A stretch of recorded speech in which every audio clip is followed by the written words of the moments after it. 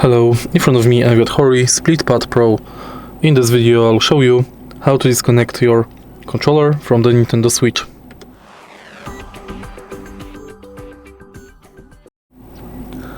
To disconnect your controller from Nintendo Switch, firstly you can simply go to Settings,